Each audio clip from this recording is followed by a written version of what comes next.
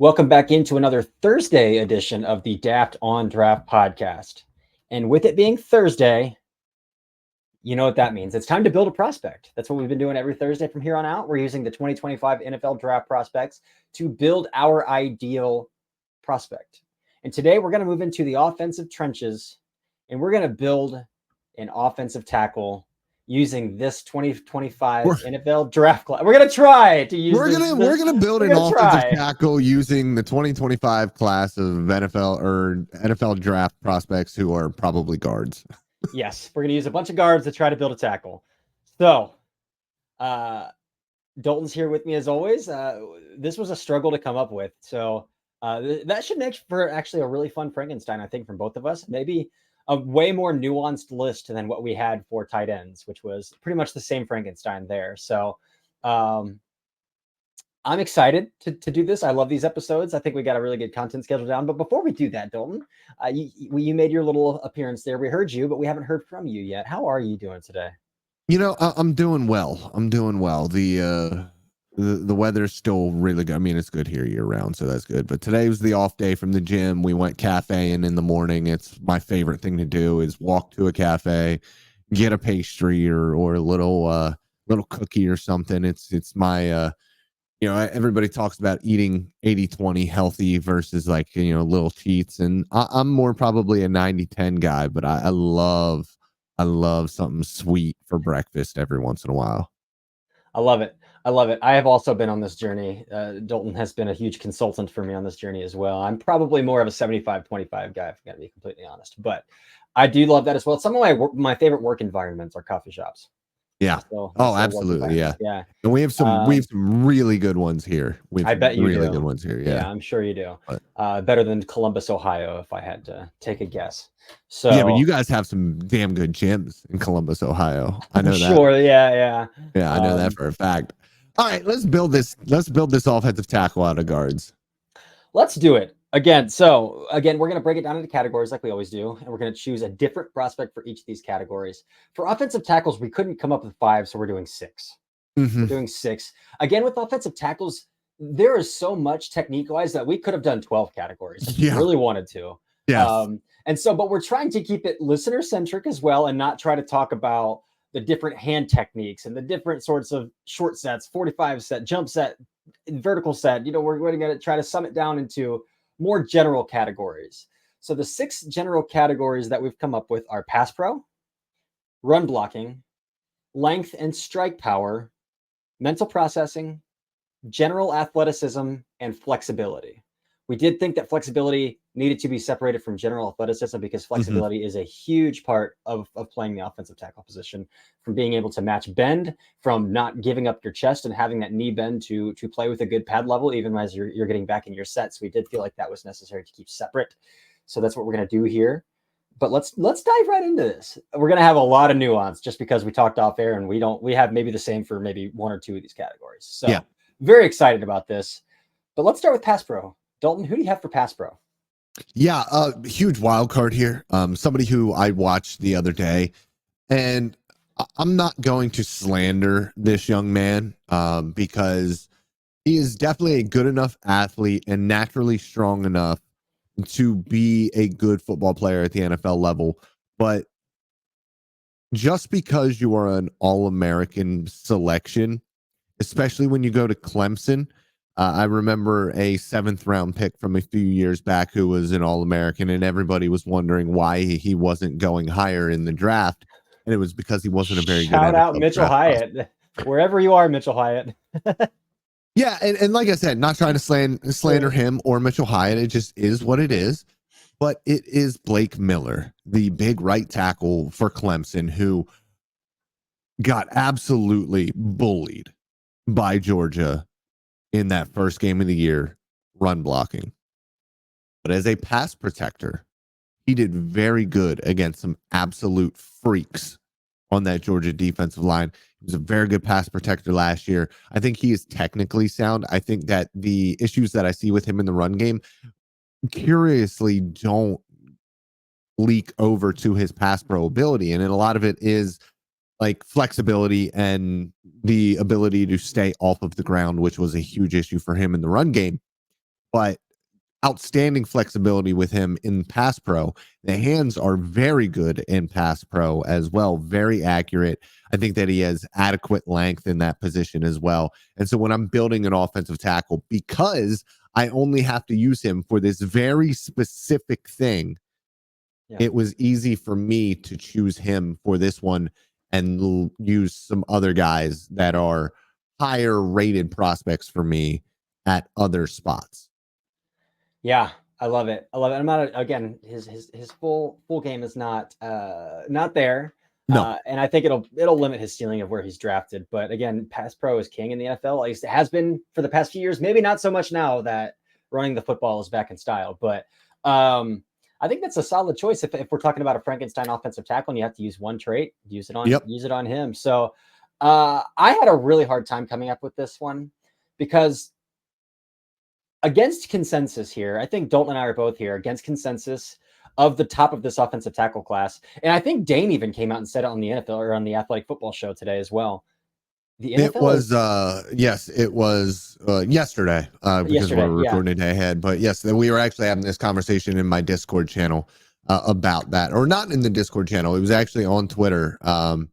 Our friend Nick Kendall brought it up to us on Twitter and said that Dane had said that I hadn't listened to the podcast yet, but we've been on Cam Williams, and part of that was because Dane brought up Cam Williams a long time ago as a name to watch, and me and Cory have been watching him. Yes, but he also said on that podcast that the NFL isn't super high on Will Campbell or Kelvin Banks, which were summer scouting. Everybody loved Will Campbell and Kelvin Banks. OT1, OT2 for everybody in some sort of order. Except Dalton and I. Dalton and I both said this summer, like in our podcast going over offensive tackles before the season, they're like, these guys are probably guards at the NFL level. We don't see super high-end tackle play with them, super high-end athleticism with them. Probably both of them pretty capped out body type-wise, and kind of went against consensus. And it seems like the NFL is on the same page as that. But in terms of strictly pass pro, Kelvin Banks Jr. has given up one pressure all season. And Kelvin Banks Jr. played Michigan. Again, we're week 5, but they did play Michigan, who has a couple of probably 3 or 4 really good pass rushers with interior outsider. So Gaming, Graham and Grant, Josiah Stewart, Derek Moore. Michigan's got some pass rushers. He's given up one pressure all season. Again, I have concerns about his overall athleticism. I have concerns about the depth of which he's asked to set at Texas. And does he have the foot speed to set vertically? Does he have the foot speed to set wide? I don't know. When you watch the right tackle across from him, it seems like the right tackle is moving on fast forward compared to the foot speed of the left tackle when you're watching Texas right now. And we'll talk a lot about that right tackle. We've already hinted at it because we both have him on our lists. And I have a hot take that I think by the end of the season, he might be consensus first tackle off the board, is how good that I think that right tackle is, and the tools and traits that he has. But again, back to Banks. If I'm choosing him just for pass pro and I can put somebody else's general athleticism in that pass pro and the spacing he plays with, when he can anchor down, when he gets his hands on guys in pass pro, again, one pressure all season from Kelvin Banks in pass pro. And so I'm going to go there and use my other Frankenstein traits to build off of Kelvin Banks' pass pro. There we go. Let's move on to the second trait here. And we're going to just throw run blocking out there, first level, second level, all of it in one category. Mm-hmm. Cory, who is your guy for run blocking? Yeah, so this guy's back. Again, he broke his leg 6 weeks into the season. Some of the most fun 2023 tape that I saw, even that game that he broke his leg against Iowa is probably the most fun tape I watched all summer. And that's Purdue's Marcus Bowe. This dude is athletic as it gets. Dude is unbelievably athletic. He can get into space on screens. He can get upfield as a lead blocker on those boundary runs and those screens out wide. When he climbs to the second level, he is looking to bury linebackers. He's looking to bury safeties whenever he's climbing. And then again, I think his anchor is really strong because he's athletic. I could have used functional athleticism here, general athleticism here on Marcus Bowe as well from Purdue, but I'm going to go with run blocking, and it's just because I think his spacing is really good. His technique is really good when he's asked to climb. And then again, at the end of the day, he's a football player. Like, he is a mean football player who, if he can put you on the ground, he's going to put you on the ground. And that's the kind of mentality I want. Ultimately, I think he is also a guard, But as a guard in this class, I think he's one of the better ones, one of the better guard prospects as well when you're translating his tools inside from tackle. So I'm going to go with Marcus Bowe from Purdue for run blocking. And I'm going to go with another guard for run blocking here. And it is Arizona's. And listen, I came into the season and I haven't watched a ton of him yet so far this year, because I want to see them just get deeper into conference play first. But it is Arizona offensive tackle Jonah Savaiinaea. I'll get it. I'll get it here. I believe. Savaiinaea. It's Savaiinaea. I need it to be able to roll it off of my tongue. Savaiinaea. And mostly because I think that there's a ton of upside when it comes to his run blocking ability. I think that there is still a lot to be desired with him as a technician, but when it comes to explosiveness out of his stance, the ability to get to the second level, ability to coil and strike, I mean, this is a dude who can legitimately move people. And so for me, that's kind of what I look at when I'm looking at run blocking. The desire to finish as well is another thing for me. It's a little bit like Talise Fuaga for the New Orleans Saints, and the Saints are running left quite a bit this year because he is on the left side of that offensive line and really blowing people up. And I think that Savaiinaea is probably going to be a guard at the NFL level. It's pretty widely, I it think he was could thought play that- tackle. I think he's got, he's got the athleticism, but the problem is you have to look at, and that's the most difficult part about all of this and moving guys from tackle to guard. And we looked at it with somebody, and I can't think of the offensive tackle's name from Arizona last year. Jordan Morgan, who's playing guard for the Green Bay Packers right now. And it was because the weaknesses that he showed at the tackle level, for me specifically, was his ability to kind of anchor when he was facing guys in space. And so what do? Is you take that space away by moving him onto the interior. He's not going to have to deal with space unless he's dealing with linebackers. And then you still don't have as much space and room to work with because you are on the interior. There's just not as much space because you don't have to really worry about the outside track. It's much more of a phone booth. And so for me, getting Jonah in that phone booth as a run blocker, when I see him devastate people on a very, very frequent basis, I love that. And so for me, he's my run blocker. I love it. I would use him here, but I used him somewhere else in this for a lot of things that you mentioned in your description of him as a run blocker. I'm using him elsewhere. So, all right. And then moving on to length and strike power, I believe Dalton and I have the same guy for this one. And it's the guy that we've been raving about for most of the podcast at this point, and that I made a hot take that I think by the end of this draft cycle, we might be talking about this guy as the consensus top offensive tackle off the board. And that's Texas right tackle Cam Williams. Again, he is one of the only offensive tackles with an NFL offensive tackle body type. He's one of the only guys in this class with the NFL traits, the foot speed, the anchor strength, the combination of everything, the punch and length. Let's start there. I mean, I would bet this guy's arms are 35 inches. I would bet they're 35 inches. He just has unbelievable length. And I think he could do a better job at throwing a punch. But in terms of his hand timing and his strike timing, he's getting better every week. This is his first season as the full-time starter, and he's 5 games into the season. So, he's pretty stinking new as a starter, and he already looks like one of, if not the best offensive tackle in the nation, which is something when your teammate is an established starter and has been called the best offensive tackle in the nation for months leading up to the season. So again, the dude's just brute strength, natural strength. Again, he's 335 pounds, and it shows when he can connect with that man across from him.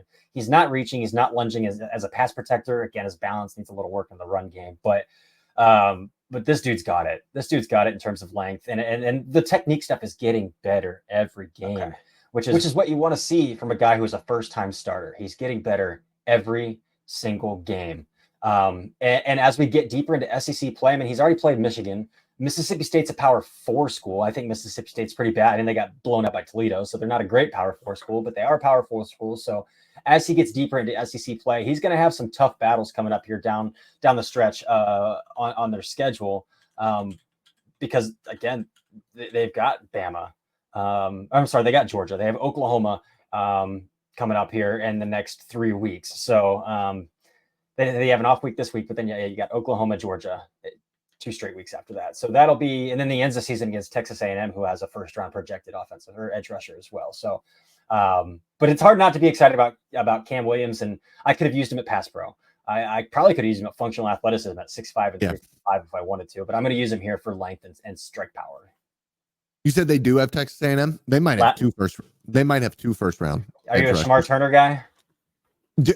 So I think in a class like this, with his freaky athleticism, you might Jadeveon Clowney him a little bit. Just he's a freak, So that I think that might be where NFL teams stand on him.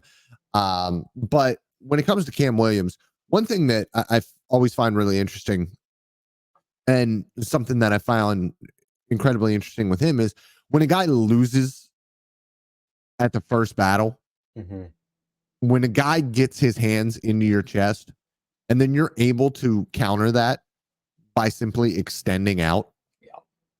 Like the patience as a pass protector, I'd like to see from Cam Williams. It's something that I think that he does really well.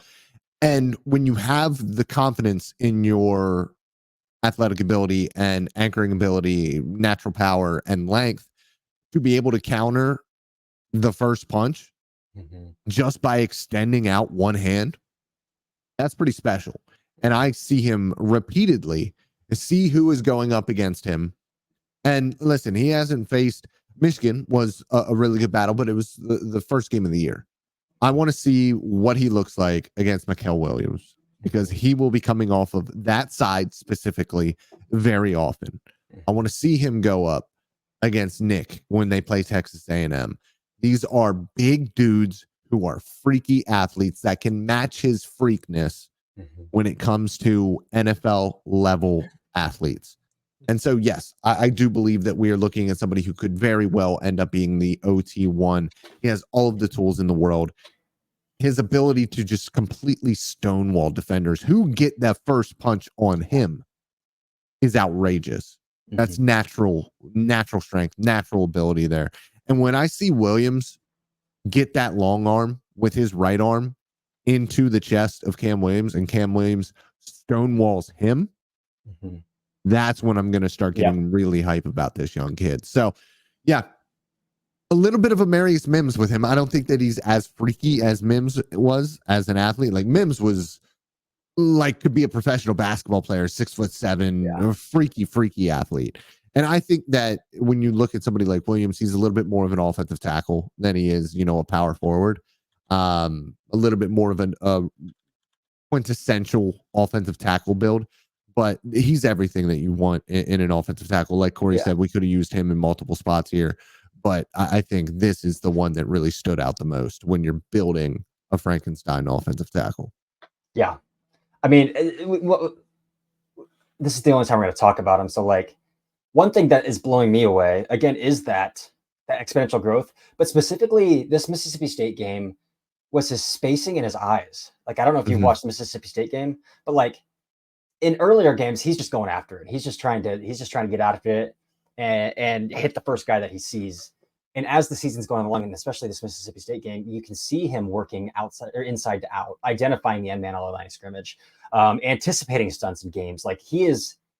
He's growing and he's turning into a legitimate first round prospect. So, I'm really excited about that. But let's move on to someone other than Cam Williams here and talk about mental processing. Dalton, I'll let you go ahead and talk about that first.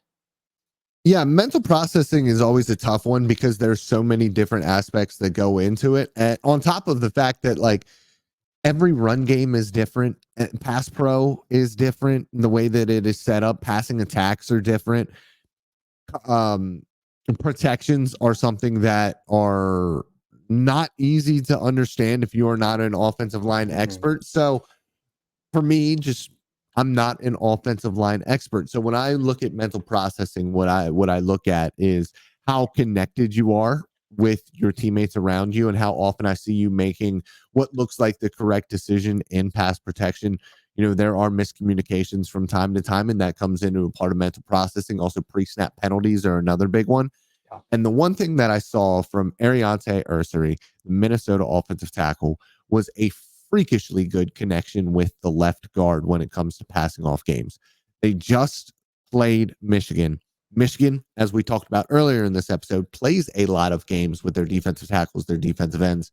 They bring linebackers up as well as part of the pass rush. And he did a fantastic job in that Michigan game of passing things off, of being in the right position, and the connection, not just mentally with the guard, but the connection physically with the guard when it comes to passing off games, and flawlessly, seamlessly doing that is something that I saw from him consistently in that Michigan game. And so for me, it goes to him here for mental processing. Yeah. Ursary's a guy that I wasn't super high on coming into the season. And then his Iowa game was unbelievably dominant. And so he's back on my radar a little bit as a potential top 50 player. I know he was a lot of people's top 50 players. I had like an early day 3 grade on him coming into the season, just because I don't like tall tackles who play tall. Like you're just opening your chest up for leverage issues there. But that Iowa game is some of the most dominant 2024 tape of an offensive tackle in this class so far. So he deserves a shout. For my mental processing, I had to find a way to squeeze him in because, again, he was talked about as perhaps the best tackle in the class all summer long. But I don't think he has a dominant physical trait. And that's Will Campbell Jr. We've talked a lot about it. We talked about it over the summer in our preseason podcast, or early fall, late summer, that Will Campbell's a pretty capped out prospect. Like, his arms aren't getting any longer. His foot speed, he's not getting any more athletic. Which is why we both think he's going to benefit mightily from a kick inside to guard and probably be one of the better guards in the NFL for most of his career, at least a rock solid guard for most of his career. He is a very high floor player. And a lot of that has to do with his mental processing and his spacing and his ability to be in position where he needs to be. Again, it's not his fault he doesn't have the athleticism or the arm length to match bend and speed around the outside corner. It's not his fault that sometimes when players stunt across or like come across his face, he doesn't have the twitch to change directions and match that. But I think he does a really good job of knowing his physical limitations and putting himself framing wise in the best position where he can make a play on the man across from him. A lot of that's mental processing. I have noticed a couple false starts from him this year, though, which is really rare, which is really weird. I mean, it happens to everybody, but like, that's pretty rare from him. But again, he's not oversetting. He's not undersetting. He has a really good awareness, especially playing with Jaden Daniels. I don't think people understand how hard it is to play offensive tackle with a mobile quarterback because you never know where they are in accordance with you and your pass blocking assignment. It's a huge issue because quarterbacks break the pocket all the time, and you might be setting as if you like Daniels is in the pocket and he's 3 feet to your left and outrunning his own protection, his own pass pro. But I think he did a really good job. Him and Emory Jones both did a really good job of knowing, and that goes back to communication with Daniels. And Daniels having a really good ability to play in the pocket, and a lot of his scrambles came coming up through the middle of the pocket as well. Yeah. But that's not an easy thing to do to play offensive tackle with a mobile quarterback. Nussmeier as well, man. That dude is he is a drifter. He is a big time drifter. So he's either sliding to his left, sliding to his right, falling back in the pocket as well. So playing offensive tackle with quarterbacks like that is pretty difficult. But Will Campbell seems to be on the page with this is a 5-step drop. This is a 3-step drop. This is how deep I need to set on this before the ball is supposed to be coming out. And so that's what I appreciate about Will Campbell's game. And again, just finding a way to fit him into my Frankenstein, because again, a lot of these things that we're talking about are physically gifted or physical gifts related. And Will Campbell is just pretty capped out, but I do think he has that side of his game on lock, which makes him a very high floor player. So Will Campbell's who I'm going with here for my mental processing guy. Yeah. And the next one we have is the exact opposite of that. We are going with athleticism here. Yeah. And athleticism was a tough one for me. And it ended up coming down to two guys that I watched yesterday for the first time, actually. One of them being a senior from Illinois, and the other one being your guy, Bow. And I ended up going with JC Davis instead of Bow. Although I really, really do like Bow. The difference here is 20 pounds. Yeah. the way that JC Davis moves at 320 pounds compared to Bao at 300. And Bao, yes, coming off of an injury as well. So I think that he could even get a little bit more comfortable coming back from that as time moves on. But JC Davis, somebody who played against Abdul Carter this week, and you talked about Abdul Carter having 8 pressures and having a really good game. That good game came everywhere except for on that side of the field. Now, he did beat him inside a couple of times, and this is why we are building a Frankenstein, and we are not talking about how great of a prospect JC Davis is, because he did give up a pressure or two here and there. He gives up the inside track like really easily, which is annoying to watch. His jump set is way too aggressive, but the jump set, that explosiveness, also shows how athletic he is. Getting to the second level, moving in space is fantastic. When he has a half-man relationship, nobody is getting around the edge on him. He really fights hard not to give up the arc, and he does it with relative ease. But the other thing that I've noticed with him quite a lot is, even though he gets himself completely out of position, he needs to work on his hands. His feet are really disastrous. Yeah. His feet move around really well. He's able to mirror incredibly well. The athleticism is there. He's out of sync with the guard on that offense, so we weren't using him for mental processing. Like, there are issues. But when it comes to just his pure athleticism, his ease of movement at 320 pounds, JC Davis has it. Yeah, I get it. I watched him over the summer and I was like, oh boy, this guy is a fun athlete, but he is a clunky offensive tackle. But I'm glad he transferred up, get paid, do your thing, JC. And this is his last year of eligibility. He's going to get drafted because he's going to test out of his mind. So, yeah, I went with the guy that you used for run blocking here. So I really wanted to use Jonah Savaiinai for run blocking, but another player who is just unbelievably explosive at probably 330. I mean, he's 330 probably. And the way he kicks out of his stance is unbelievable. Again, we talked about a lot over the summer, like almost to a fault a lot of the times, because he oversets a ton. And I haven't watched his left tackle tape this year at Arizona so far. But he is explosive. He's physically gifted in terms of his punch and strike as well. And as a run blocker, that's why I used him as there. He's nasty. But for me, it's his change of direction. As much as it is his explosiveness, the dude is agile. You put that dude in spandex in Indianapolis, and he is going to wow you in those on-field drills, because the dude is just unbelievably light-footed, unbelievably agile. He can mirror speed. He can knee bend with bend. So that's why I'm going with Jonas Savaiinai here for my general athleticism, is just because, like, I don't think you can poke a hole in his athleticism. He's explosiveness. He's agile. He's explosive. He's agile. Yeah, he's flexible. He could have used him for flexibility if I wanted to, but it's pretty obvious who we're both using for that one, who's left on the table here. But I am going to use Jonas Savaiinai for my general athleticism. Yeah, and I mean, let's just get it over with for flexibility. We talked about his flexibility for like 10 minutes when we did the offensive tackle episode. It's LSU right tackle Emory Jones.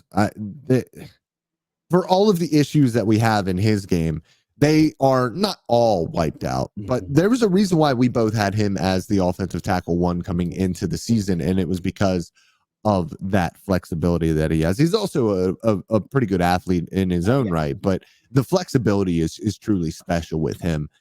Cory, I mean, do you have anything else that you want to say that we haven't talked about with him already when it comes to this? I just think an underrated, and I don't know why, maybe this is just something we need to talk about more as a draft analyst community, but like, one of the more underrated things about being an offensive tackle is that you're not going to win every rep. So your ability to recover is like primo. It's way up there. Like, you have to be able to recover.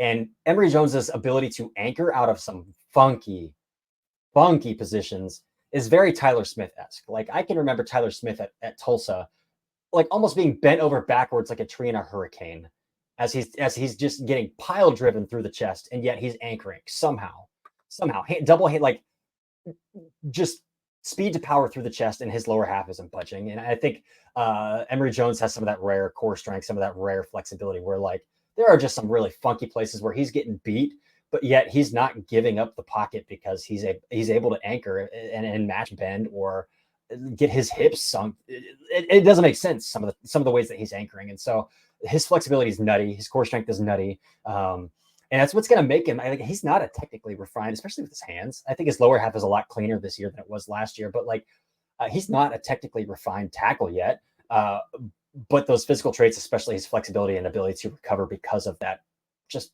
rare flexibility in some funky positions, is rare, and it is special, and why he could still finish as OT1 in this class. Again, Cam Williams is the total package that we can't stop raving about right now, but Emory Jones is a 3-year starter as a true junior and has some also rare traits as well. So for me, it's a 2-tackle class right now with those guys that we've talked about, but just the ability to recover, I think we need to talk about more, and especially in terms of Emory Jones.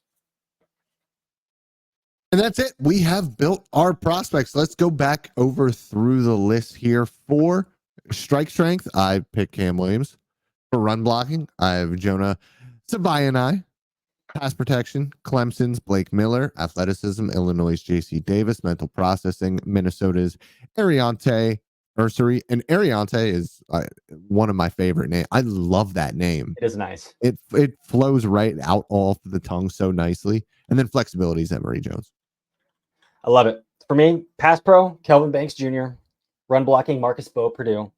Length and strike power, Cam Williams, obviously. Mental processing, Will Campbell Jr. General athleticism, Jonas Savaianai. And then flexibility, Emory Jones Jr. as well. All right. If you guys are listening, let us know who built the better Frankenstein NFL draft prospect, so we can move them to guard at the NFL level. But no, that's it. We will be back tomorrow, Friday episode, which means we are going to be previewing week 6 of the college football season. We will talk about the games. We will talk about the prospects. And always remember, he's Cory, I'm Dalton, and I love you. Goodbye.